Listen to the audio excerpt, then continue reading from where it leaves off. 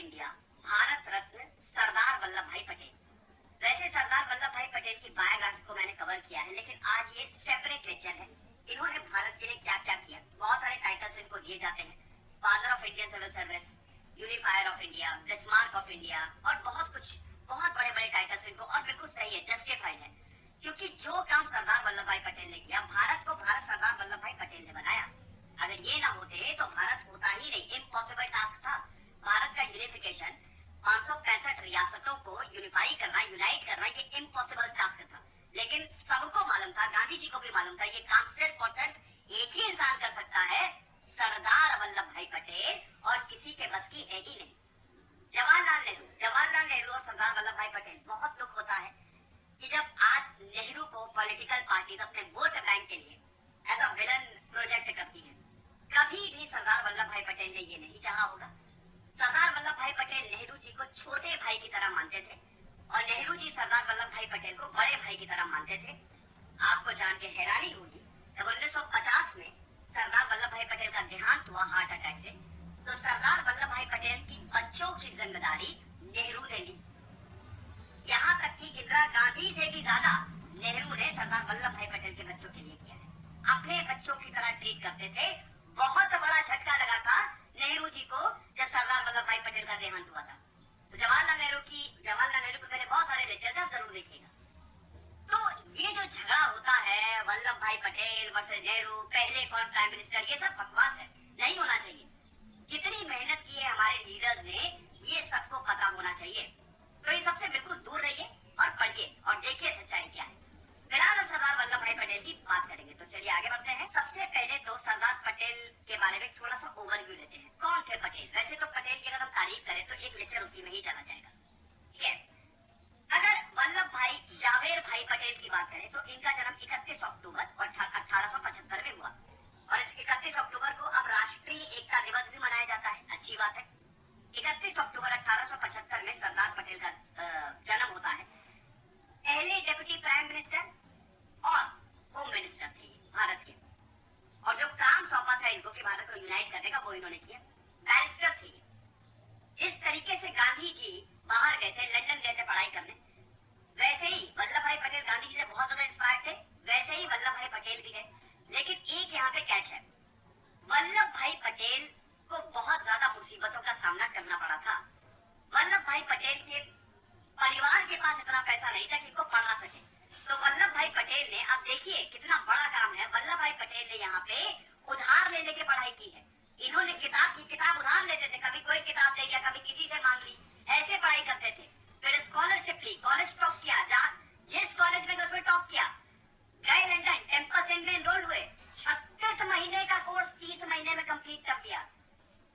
ये share genius है सरदार पटेल का, और वहां पे भी टॉपर रहे। अब टॉपर इंग्लैंड से पढ़ा लिखा एक इतना होनहार लड़का जब भारत आता है, गांधी जी उनसे मिलने जाते हैं।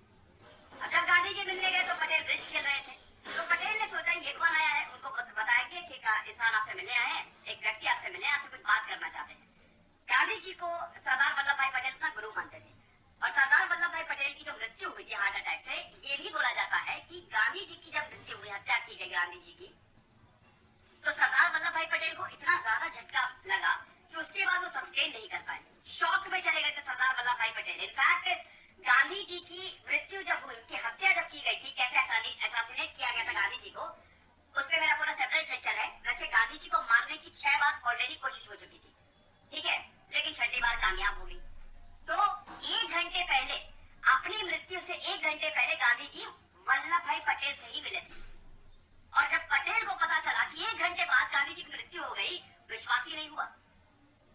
गुरु थे वल्लभ भाई पटेल। गांधी जी को इतना मान इसलिए बोला जाता है कि गांधी जी ने बड़े बड़े लोगों को सोशलिस्ट बना दिया। सरदार वल्लभ भाई पटेल बाहर से पढ़ के आए थे, और थोड़ा बहुत तो हैंगओवर उनको इंग्लैंड का था, थोड़ा बहुत तो वो कल्चर थोड़ा वो लेके आए थे, एकदम सूट बूट में प्रॉपर।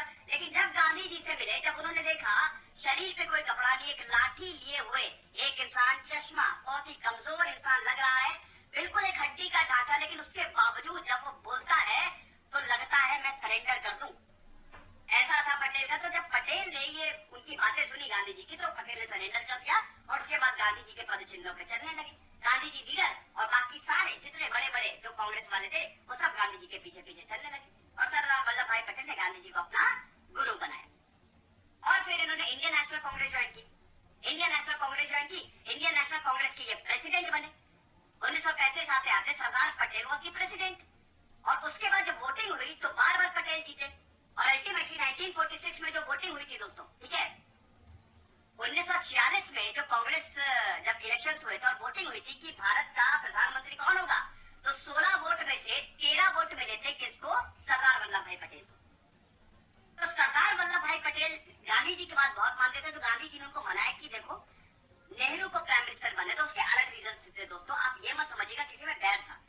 सरदार वल्लभ भाई पटेल बिल्कुल मान गए, उन्होंने कुछ भी नहीं बोला क्योंकि वल्लभ भाई पटेल को पता था, गांधी जी को भी पता था, सबको पता था होम मिनिस्ट्री बहुत इंपॉर्टेंट है। इस समय भारत को यूनाइट करना है और वो सिर्फ और सिर्फ पटेल ही कर सकते हैं और किसी के बस की बात नहीं है। और फिर वो होम मिनिस्टर बनते हैं, डेप्यूटी प्राइम मिनिस्टर बनते हैं और अपने काम को शुरू करते हैं। क्या जबरदस्त काम रहा। तो अब हम एक एक करके क्या किया पटेल ने ये देखते हैं, ठीक है। मैं इंपॉर्टेंट काम की ही चर्चा करूंगा, वैसे तो लिस्ट बहुत लंबी है, ठीक है। सबसे पहले माइनॉरिटी। सरदार पटेल जो थे वो हर तबके को बहुत अच्छे से समझते थे। ये सबसे बड़ी खासियत थी पटेल की कि हर तबका इनकी इज्जत करता था, चाहे वो मुस्लिम हो, हिंदू हो, चाहे वो माइनॉरिटीज हो।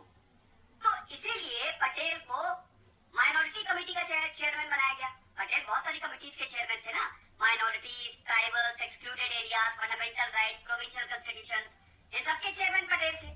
और बी आर अम्बेडकर को लाने का आइडिया ये गांधी जी और पटेल का था। बी आर अम्बेडकर जो थे वो कांग्रेस के थोड़ी ना थे, वो तो अलग थे, वो अलग अपना मूवमेंट चला रहे थे। उस समय जो काफी दबे कुचले लोग थे, जो बैकवर्ड क्लासेस के लोग थे, उनको उठाने के लिए अम्बेडकर बहुत ज्यादा काम कर रहे थे। बी आर अम्बेडकर की भी बायोग्राफी और इनकी किताबों का भी रिव्यू मैंने किया हुआ, आप जब देखिएगा। तो पटेल जी का ये आइडिया था कि अम्बेडकर जी को लेके आओ और इनको ड्राफ्टिंग कमेटी, संविधान, क्योंकि अम्बेडकर को इतनी जबरदस्त नॉलेज है, पकड़ है, सारे सब्जेक्ट तो अम्बेडकर ने पढ़े हुए हैं, तो इनको ड्राफ्टिंग कमेटी का चेयरमैन बनाओ। तो ये पटेल का ही आइडिया था। और उसके बाद देखिए अम्बेडकर जी ने क्या जबरदस्त अम्बेडकर ने हमको संविधान दिया, उसका भी लेक्चर पूरा अवेलेबल है, ठीक है, अभी इसी रिपब्लिक डे पे मैंने कवर किया था। उसके बाद दोस्तों व्हाइट रेवोल्यूशन की बात करते हैं। व्हाइट रेवोल्यूशन या फिर ऑपरेशन फ्लड जिसको हम बोले, क्या था कि अगर हम 1946 की बात करें, किसानों की हालत बहुत ज्यादा खराब थी, डेयरी फार्मिंग थी नहीं। 1946 से पहले ये 1900 के आसपास हम ये देखते हैं एक पॉल्सन डेयरी हुआ करती थी जिसकी मोनोपोली थी। किसान क्या करते थे, जो भी किसान डेयरी फार्मिंग के जितने भी प्रोडक्ट्स होते थे, जो भी खेती करते थे, वो पॉल्सन डेयरी को दिया करते थे। अब मोनोपोली, किसी भी चीज में मोनोपोली सही तो है नहीं। अरे एक ही कंपनी का रूल होगा, एक ही ऑर्गेनाइजेशन अगर रूल करेगी तब तो एक्सप्लॉयटेशन हो जाएगा।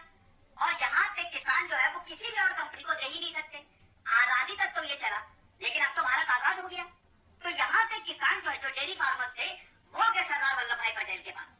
और यहाँ पे 3 लोगों का काम बहुत ही इंपॉर्टेंट है। एक तो सरदार वल्लभ भाई पटेल, एक त्रिभुवन पटेल और एक वर्गीज कुरियन, जिनका व्हाइट रेवोल्यूशन में बहुत बड़ा हाथ है। तो यहाँ पे सरदार वल्लभ भाई पटेल ये आइडिया था कि कोऑपरेटिव सोसाइटी बनाओ। ये जो प्रैक्टिस है, ये जो मोनोपोलिस को खत्म करते हैं। जब हम आजाद होंगे तो हमको कृषि क्षेत्र को बढ़ाना है और उसमें डेयरी फार्मिंग बहुत ज्यादा इंपॉर्टेंट है। तब हम यहाँ पे देखते हैं Kaira district cooperative milk producer union limited, जिसको बाद में अमूल बोला गया, Anand milk union limited. Anand कोई एक इंसान नहीं है, वो जगह का नाम है गुजरात में, ठीक है। अमूल की स्थापना की यहाँ पे। तो व्हाइट रेवोल्यूशन, दूध के जो प्रोडक्ट्स बनते हैं, मिल्क प्रोडक्ट्स जो बनते हैं, उसमें भारत सबसे आगे है आज। उसका भी श्रेय किसको जाता है? सरदार वल्लभ भाई पटेल को, ठीक है ना। और वर्गीज कुरियन को बुला के लाए, उनको को फाउंडर ऑफ अमूल बना दिया। अब व्हाइट रेवोल्यूशन पे, ऑपरेशन फ्लड पे मेरा पूरा का पूरा सेपरेट लेक्चर है।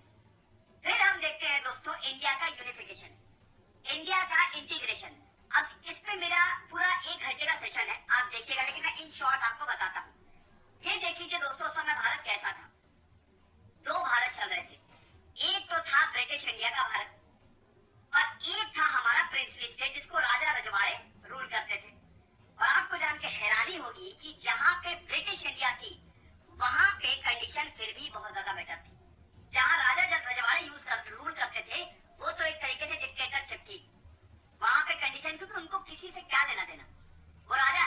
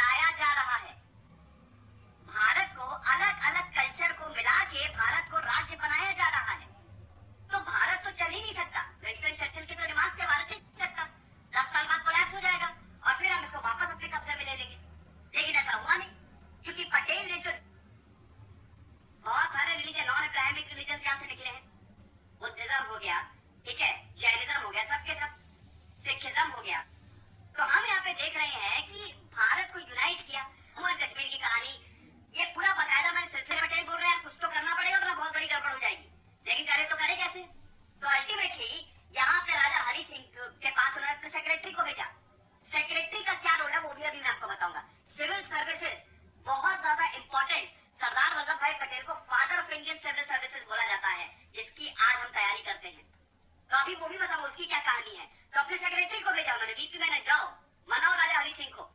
तो राजा हरि सिंह माने, फिर उन्होंने भारत के साथ फिर हम देखते हैं कि मतलब भारत के साथ फिर इंस्ट्रूमेंट ऑफ एसोसिएशन साइन किया। यहाँ पे एक वाक्य मैं बताना चाहता हूँ दोस्तों, एक किताब है Indian summer the secret history, उसमें एक वाक्य है, शायद मानेकशॉ भी थे उसमें, और पटेल, नेहरू और आर्मी के लीडर्स आए थे, चीफ आए थे, मीटिंग हो रही थी, ठीक है।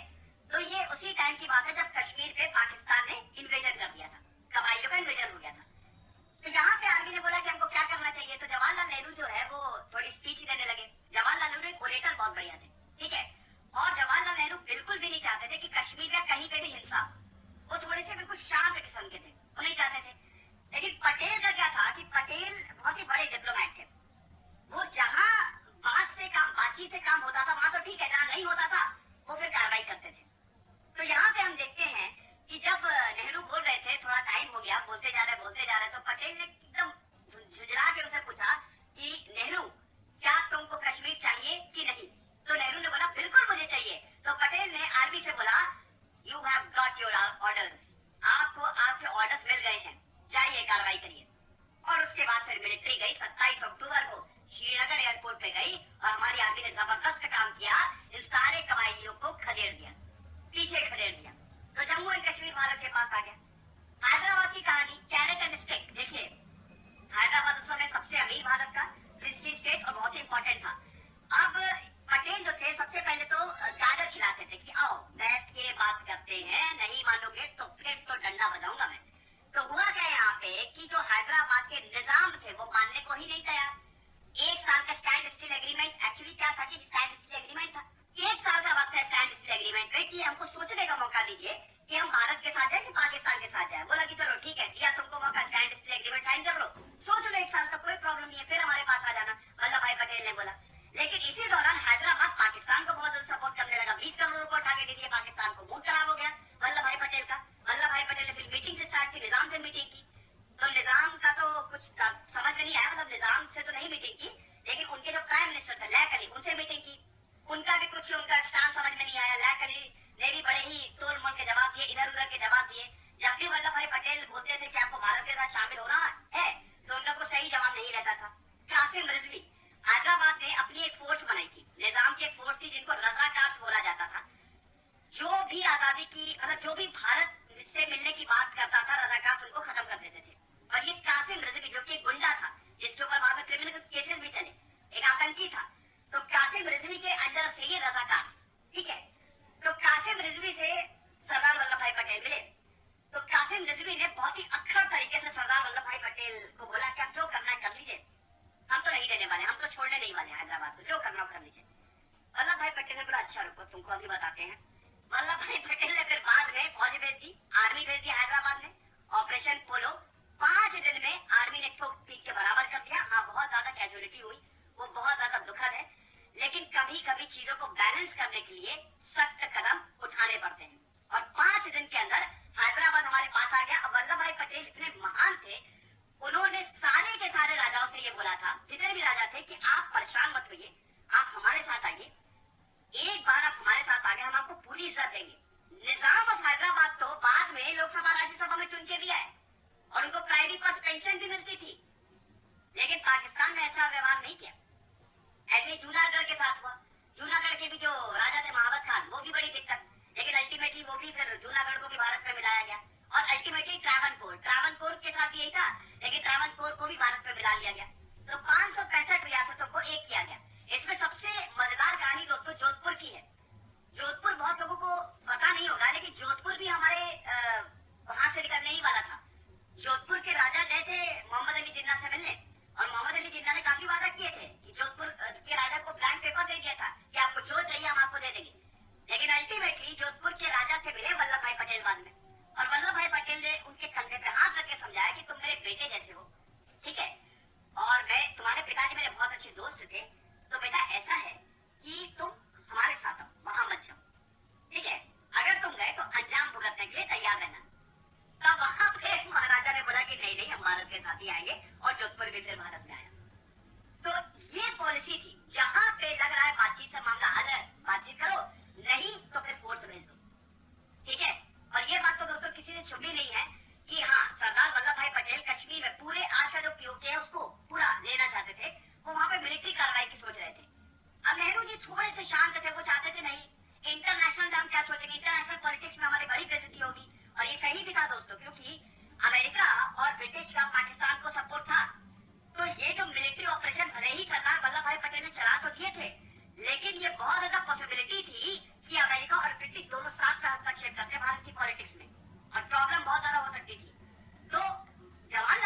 सोच के चल रहे थे, लेकिन वल्लभ भाई पटेल का बोलना था कि पहले घर के मसले समझा लो, बाद में इंटरनेशनल मसले में देखेंगे। वो क्या सोचते हैं वो बाद में देखेंगे। वल्लभ भाई पटेल का बस एक ही मानना था कि एक बार ये राजा हमारे पास आ जाए, बस भारत में शामिल हो जाए, फिर हम ठोक पीट के बराबर करते कि अपने हिसाब से मैं सही कर लूंगा, फिर तो कोई दिक्कत नहीं है ना। हालांकि बहुत अच्छे से व्यवहार किया। तो ये कहानी थी भारत को कैसे इंटीग्रेट किया था, इसीलिए founding fathers of republic of India Sardar Vallabhbhai Patel को बोला जाता है। हम देखते हैं सत्याग्रह, बारडोली सत्याग्रह, खेर सत्याग्रह बहुत इंपॉर्टेंट है। बारडोली सत्याग्रह की स्पेशली मैं बात करना चाहूंगा दोस्तों, क्योंकि इसी के बाद महिलाओं ने इनको सरदार का टाइटल दिया था। तब तक वल्लभ भाई पटेल सरदार वो नहीं बने थे, सरदार मतलब लीडर। हुआ क्या था कि उस समय गांधी जी ने सत्याग्रह का कंसेप्ट लॉन्च कर दिया और उस कंसेप्ट ने ब्रिटिशर की बैंड बजा दी, तो हर कोई सत्याग्रह पे कंसेप्ट पे चलने लगा। तो बारडोली में क्या हुआ था, सूरत के पास ही एक जिला है, ब्लॉक है बारडोली, ठीक है। वहां पे हुआ क्या था कि उस समय जो कपास था, कॉटन था, ठीक है, उसकी कीमतें नीचे गिर रही थी, खेती बहुत अच्छी नहीं हुई थी। इसके बावजूद 22% टैक्स जो है वो बढ़ा दिया था ब्रिटिश ने। किसानों ने बोला हम मर जाएंगे, कहां से देंगे हम 22%, खेती नहीं हुई है, क्या करें हम। एक लीडर के पास जाओ, उसका नाम है सरदार वल्लभ भाई पटेल, लंदन से पढ़ के आया है, गजब की बात करता है, वही मदद कर सकता है तुम्हारी। सारे किसान के सरदार वल्लभ भाई पटेल के पास। फरवरी 1928 में सरदार वल्लभ भाई पटेल ने मोर्चा संभाला। वल्लभ भाई पटेल सबको, उसमें मुस्लिम भी थे, हिंदू भी थे, कुरान की और गीता की कसम खिलाई कि कुछ भी हो, तुम इस सत्याग्रह से, जो अनशन पे बैठ रहे हो, जो आंदोलन कर रहे हो, पीछे नहीं हटोगे, वॉलेंट नहीं होगे, पूरे आंदोलन में वॉलेंट नहीं होगे और तुमको तुम्हारा हक मिल जाएगा। और अल्टीमेटली पूरी ब्रिटिश सरकार सरदार पटेल और किसानों के आगे झुक गई। इस 22% को 6.03% कर दिया गया और ये बहुत बड़ी जीत थी बारडोली सत्याग्रह। और उसके बाद वल्लभ भाई पटेल को सरदार का टाइटल मिला। इंडियन सिविल सर्विस, जिसको आज हम यूपीएससी जो कंडक्ट करवाता है, नोटिफिकेशन आ गई 796, वो भी सरदार पटेल ने बनाई। सिविल सर्विस की थोड़ा इतिहास में बताना चाहूंगा दोस्तों, ठीक है। इतिहास जाना करिए, है ना, पता जब तक बैकग्राउंड नहीं पता होगा तब तक कैसे। बहुत लंबे डिटेल में मैं नहीं जाऊंगा, ठीक है, क्योंकि फिर बहुत लंबा लेक्चर हो जाएगा। थोड़ा सा इतिहास में बताना चाहता हूँ। देखिए, जब भारत ब्रिटिशर के पास जा रहा था 1764 के बाद, तो अब हुआ क्या कि एडमिनिस्ट्रेशन की जिम्मेदारी कौन लेगा, एडमिनिस्टर तो करना है ना। वहां से सिविल सर्विसेज का जो कंसेप्ट है वो आता है। पहले इसको सिविल सर्विस नहीं, पहले इसको सीसीएस बोला जाता था, कॉमन सिविल सर्विसेज, ठीक है। अब जो ब्रिटिश थे वो नहीं चाहते थे कि कोई भी भारतीय इसमें आए, क्योंकि कंट्रोल वो पूरा अपने पास चाहते थे। भारत के पास आएगा, अगर कंट्रोल भारत के पास है तो बहुत बड़ी प्रॉब्लम हो जाएगी। और पहले कंपटीशन बेस्ड नहीं होता था। सीसीएस में पहले जो अपॉइंटमेंट्स होते थे, पहले तो क्या था कि जब वॉरेन हेस्टिंग आए, वॉरेन हेस्टिंग के समय में शुरू हुआ था कि अब हमारे पास भारत आया है, गवर्नर जनरल ऑफ बंगाल बने, तो भैया हमको रेवेन्यू कलेक्ट करने जाना है, तो वहीं से कलेक्टर का भी कंसेप्ट आया। रेवेन्यू कलेक्टर ऑफिसर्स की हमको जरूरत होगी, हमको एक एडमिनिस्ट्रेटर की जरूरत होगी, तो सीसीएस बना दो। फिर लॉर्ड कॉर्नवालिस है, लॉर्ड कॉर्नवालिस ने फिर इसको और ज्यादा जुडिशरी तक इसको एक्सपांड कर दिया कि एडमिनिस्ट्रेशन की तो प्रॉपर जरूरत है। और अल्टीमेटली 1853 में कंपटीशन बेस इसको किया गया कि ठीक है 1853, हालांकि इससे पहले 1833 में लॉर्ड मैकॉले ऑलरेडी आ गए थे। लॉर्ड मैकॉले को ही बोला जाता है ना कि हमारे यहाँ जो मॉडर्न एजुकेशन आई है, पूरे बाकी स्क्रिप्चर्स को उन्होंने बोला सब बकवास है, और जो भी वेस्टर्न एजुकेशन आई उनको वो लॉर्ड मैकॉले को उनको श्रेय दिया जाता है। तो लॉर्ड मैकॉले ने ये भी रिकमेंड किया था कि सिविल सर्विस बनाओ, कंपटीशन बेस्ड करो। अभी तक कंपटीशन बेस्ड नहीं था, अभी जो प्रमोशन होते थे, मतलब कोई एग्जाम नहीं होता था। 1853 के बाद से एग्जाम होना शुरू हो गए, लेकिन ये भी जो कंपटीशन बेस्ड जो एग्जाम हुआ, ये भी लंदन में होता था। क्यों? क्योंकि वो भारतीयों को ताकत देनी नहीं चाहते थे। तो जो सेंटर होता था ना, आप लंदन में जाके तैयारी करिए और लंदन में एग्जाम दीजिए। तो इसमें 90% उस समय भारतीय गरीब थे। तो जब 90% भारतीय गरीब है, 10 या 5%, इससे भी कम आंकड़ा था दोस्तों, वही जाके लंदन में तैयारी कर पाते थे। तो एसएन बोस ने सबसे पहले निकाला सिविल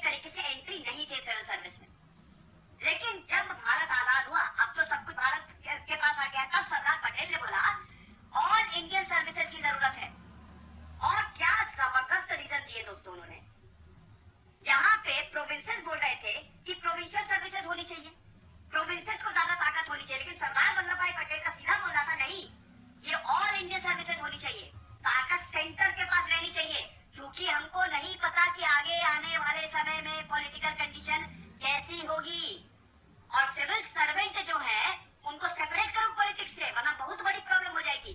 इतने दूरदर्शी थे सरदार वल्लभ भाई पटेल। और आज क्या हो रहा है, आज ज्यादातर जो पॉलिटिशियंस होते हैं वो सिविल सर्वेंट को अपने हाथ में लेना चाहते हैं, ज्यादातर इस समय जो हो रहा है हम देख रहे हैं, इस समय उल्टा हो रहा है ना।